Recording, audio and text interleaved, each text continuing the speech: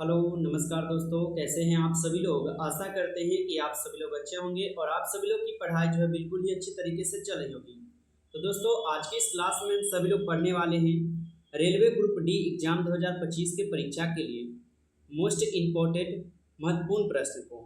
और ये सभी काफ़ी इम्पोर्टेंट क्वेश्चन आपके एग्जाम के लिए इस क्लास में लिए गए हैं।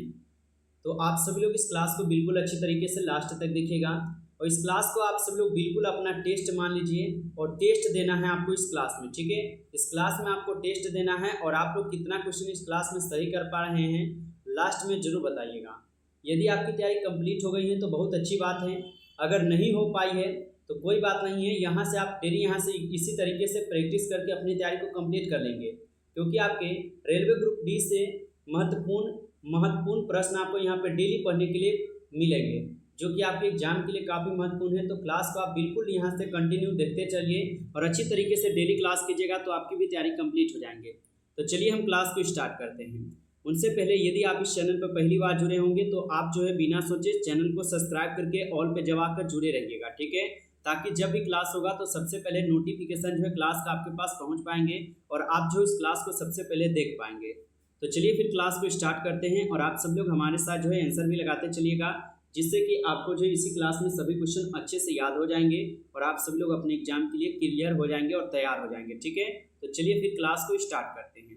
यहाँ पे देखेंगे आप सब लोग पहला नंबर प्रश्न, और पहला नंबर प्रश्न रहेगा कि भारत की द्वितीय पंचवर्षीय योजना का जो है मुख्य उद्देश्य क्या था। चलिए बताएंगे आप लोग कि भारत की द्वितीय पंचवर्षीय योजना का जो है यहाँ पे मुख्य उद्देश्य क्या था। तो इनका मुख्य उद्देश्य था औद्योगिकरण। ठीक है, ऑप्शन बी जो है यहाँ पे बिल्कुल ही सही जवाब दिए गए हैं, अच्छे से इनको याद रखिएगा। चलिए नेक्स्ट क्वेश्चन है आप लोग का 2 नंबर क्वेश्चन। 2 नंबर क्वेश्चन है नंदन नीलकेनी किस प्रमुख परियोजना से जुड़े हैं। चलिए बताएंगे नंदन नीलकेनी किस प्रमुख परियोजना से जुड़े हुए हैं। तो यह जुड़े हुए हैं आपके आधार से। ठीक है, ऑप्शन बी हो जाएंगे सही जवाब आधार से। चलिए आगे बढ़ते हैं। अगला क्वेश्चन है 3 नंबर क्वेश्चन, और 3 नंबर क्वेश्चन दिए गए हैं आप लोग का कि मानव शरीर में टाइफाइड रोग किस जीवाणु से होता है। चलिए बताएंगे कि मानव शरीर में टाइफाइड रोग किस जीवाणु से होता है। तो आप सभी लोग याद रखिएगा, यह होते हैं आपके किससे। तो यहाँ पे 3 नंबर क्वेश्चन का आंसर आप लोग लगा देंगे, क्या होगा। तो ये होते हैं आपको साल्मोनेला डायपी से। ठीक है, जो कि ऑप्शन बी है, यहाँ पे याद रखेंगे। चलिए अगला क्वेश्चन है आप लोग का यहाँ पे 4th number question. 4th number question है भारत का सबसे कम घनत्व वाला राज्य कौन सा है 2011 के जनगणना के अनुसार। चलिए बताइए, तो भारत का सबसे घनत्व वाला राज्य यहाँ पे कौन सा होगा 2011 के जनगणना के अनुसार। तो ये अरुणाचल प्रदेश होगा, याद रखिएगा। चलिए अगला क्वेश्चन का आंसर आप लोग लगा दीजिएगा। कर्क रेखा भारत के कितने राज्य से जो है ना होकर गुजरती है। काफ़ी इंपॉर्टेंट क्वेश्चन है। तो कर्क रेखा जो है भारत के किस राज्य से होकर नहीं गुजरती है। तो ये गुजरात, झारखंड और त्रिपुरा से गुजरते हैं, लेकिन ये उत्तर प्रदेश से क्या है तो नहीं गुजरते हैं। तो इसलिए ऑप्शन डी होगा सही जवाब। चलिए अगला क्वेश्चन का आंसर लगाएंगे आप सभी लोग। यहाँ पे दिए गए हैं 6 नंबर क्वेश्चन, एवरेस्ट को तिब्बत में किस नाम से जो है जाना जाता है। काफ़ी इंपॉर्टेंट क्वेश्चन है। एवरेस्ट को तिब्बत में किस नाम से जाना जाता है। तो ये जाने जाते हैं चोमो लुंगमा के नाम से। ठीक है, चोमो लुंगमा के नाम से जाने जाते हैं, याद रखेंगे। चलिए अगला क्वेश्चन कर बढ़ते हैं। अगला क्वेश्चन का आंसर आप लोग लगाइए। जलियांवाला बाग हत्याकांड के किस गवर्नर जनरल के शासनकाल में हुआ था। बताइए, तो जलियांवाला बाग हत्याकांड किसके शासनकाल में हुआ या किसके यहाँ पे समय में हुआ था। तो आप लोग अच्छे से याद रखिएगा, यह हुए थे आपके किसके समय में, तो लॉर्ड चेम्सफोर्ड के समय में। ठीक है, याद रखिएगा।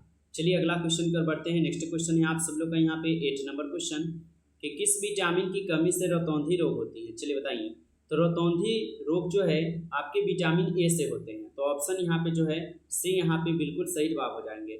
और रक्त का थक्का भी किससे जमते हैं, तो विटामिन के कारण। ठीक है, और यहाँ पे सूर्य के प्रकाश में हमें विटामिन डी मिलता है, और हमें विटामिन सी जो है ना किस में प्रचुर मात्रा में मिलता है, तो ये आपके सबसे ज़्यादा जो है ना आंवला में मिलता है। ठीक है, लमसम आंवला और गाजर में भी मिलता है, लेकिन आंवला ज़्यादा प्रसिद्ध है, तो आंवला याद रखेंगे। विटामिन सी प्रचुर मात्रा जो है ना आंवला में मिलती है, अच्छे से याद रखिएगा। चलिए आगे बढ़ते हैं। अगला क्वेश्चन का आंसर लगाएंगे आप सब लोग। 9th नंबर क्वेश्चन है। 9th क्वेश्चन है कि भारत की पहली पूर्णतः सौर ऊर्जा से संचालित हवाई अड्डा कौन सा है। काफ़ी इंपॉर्टेंट है, बताइए। भारत की पहली सौर ऊर्जा से संचालित हवाई अड्डा कौन सा है? तो आप लोग याद रखिएगा, ये कोचिन अंतर्राष्ट्रीय हवाई अड्डा हो जाएंगे। ऑप्शन सी कीजिएगा सही जवाब। चलिए नेक्स्ट क्वेश्चन कर बढ़ते हैं। नेक्स्ट क्वेश्चन है आप सब लोग का 10th number question. 10th number question है कि मुद्रा योजना का उद्देश्य क्या है? चलिए बताएंगे आप लोग, मुद्रा योजना का यहाँ पे उद्देश्य क्या हो जाएगा? तो मुद्रा योजना का यहाँ पे जो इसका उद्देश्य हो जाएगा यहाँ पे लघु व्यवसायों को ऋण। ऑप्शन सी कीजिएगा सही जवाब। चलिए आगे बढ़ते हैं, अगला क्वेश्चन का आंसर लगाइए। विश्व मौसम संगठन WMO का मुख्यालय कहाँ है? काफ़ी इंपॉर्टेंट क्वेश्चन है, बता देंगे। विश्व मौसम संगठन WMO का जो है मुख्यालय कहाँ पर हो जाएंगे? तो इनका मुख्यालय हो जाएंगे आपके जिनेवा में, याद रखिएगा। चलिए नेक्स्ट क्वेश्चन देखते हैं हम सब लोग। यहाँ पे दिए गए हैं आप सब लोग का कितना, तो यहाँ पे 10th क्वेश्चन था, यहाँ पे क्या है 11th नंबर क्वेश्चन हो चुका है। यहाँ पे देखेंगे हम सभी लोग 12th नंबर क्वेश्चन, ठीक है। यहाँ पे हमारा क्या है, तो 12th नंबर क्वेश्चन रहेगा। 12th नंबर क्वेश्चन क्या है? 12th नंबर क्वेश्चन रहेगा आप लोग का क्या, यहाँ पे 12th क्वेश्चन है कि भारत का सबसे ऊंचा जलप्रपात कौन सा है? तो भारत का सबसे ऊंचा जलप्रपात हो जाएंगे यहाँ पे कौन, तो कुचिकल जलप्रपात, ठीक है। ऑप्शन बी जो है यहाँ पे सही जवाब है। चलिए अगला क्वेश्चन का आंसर आप लोग लगा दीजिएगा। यहाँ पे 13 क्वेश्चन है। 13 क्वेश्चन है कि वंदे भारत एक्सप्रेस के पहले संस्करण का उद्घाटन कब और किस रूट पर हुआ था? काफ़ी इंपॉर्टेंट क्वेश्चन है, बताइए वंदे भारत एक्सप्रेस के पहले संस्करण का उद्घाटन कब और किस रूट पर हुआ था? तो यह किस रूट पर हुए थे? तो आप लोग अच्छे से याद रखिएगा, यह हुए थे 2019 में दिल्ली और वाराणसी, ठीक है। ऑप्शन सी हो जाएगा सही जवाब। चलिए नेक्स्ट क्वेश्चन का आंसर बताइएगा आप सभी लोग। यहाँ पे दिए गए हैं 14 क्वेश्चन दिए गए हैं। संविधान में संघ सूची, राज्य सूची और समवर्ती सूची की अवधारणा किस देश से ली गई है? वेरी वेरी इंपॉर्टेंट क्वेश्चन है साथियों। ऐसे ऐसे क्वेश्चन आपकी प्रीवियस ईयर के क्वेश्चन पूछने देखने को मिलेगा, क्योंकि ये प्रश्न आपके एग्जाम में पूछे गए हैं। ऐसे ही प्रश्न आपके एग्जाम में आते हैं जो आपको हम कंप्लीट भी कराते चल रहे हैं अभी, ठीक है। चलिए तो यहाँ पे भारतीय संविधान में संघ सूची, राज्य सूची और समवर्ती सूची की अवधारणा किस देश से ली गई है? तो आप लोग याद रखिएगा, ये लिए गए हैं आपके ऑस्ट्रेलिया से, ठीक है। ऑप्शन डी जो है यहाँ पे आप लोग का बिल्कुल ही सही जवाब हो जाएंगे। अच्छे से इनको याद कर लीजिएगा। चलिए अगला क्वेश्चन का आंसर लगा दीजिए कि किस भारतीय राजा ने सबसे पहले समुद्री अभियान किया था? चलिए बताएंगे, काफ़ी इंपॉर्टेंट है कि किस भारतीय राजा ने सबसे पहले समुद्री अभियान किया था? तो आप लोग अच्छे से याद रखिएगा, ये आपके चोल राजा राजेंद्र प्रथम के द्वारा किए गए। ऑप्शन ए यहाँ पे सही जवाब है।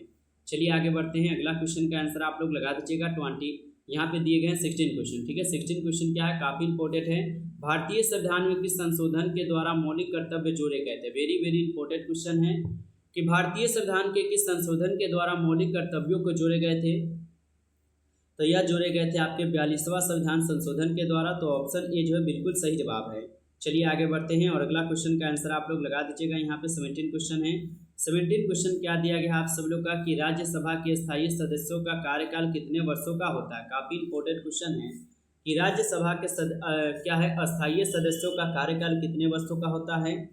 तो यह होते हैं कुल कितने वर्षों का, 6 वर्षों का, ठीक है। ऑप्शन सी जो है यहाँ पे बिल्कुल सही जवाब है। तो आप सभी लोग जो अच्छे से इन्हें याद रखेंगे।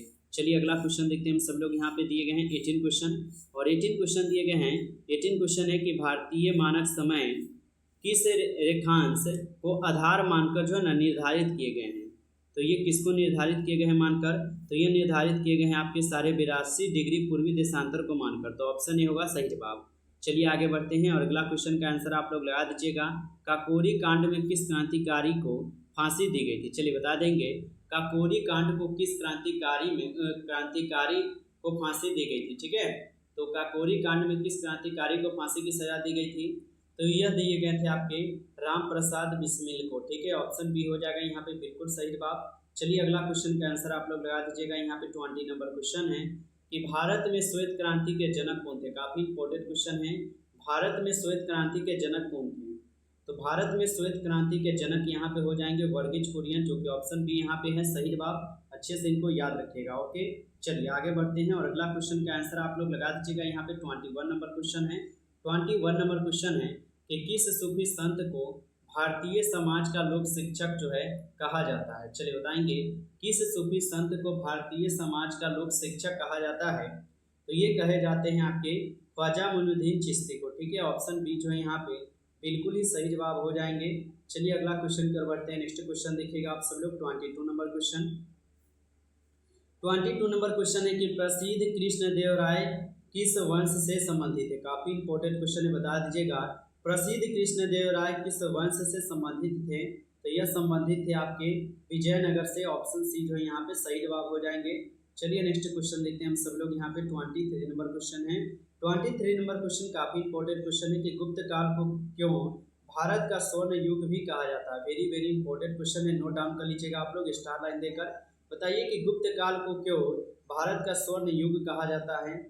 तो ये कहे जाते हैं कला, साहित्य और विज्ञान की प्रगति के लिए। तो ऑप्शन सी हो जाएगा यहाँ पे सही जवाब।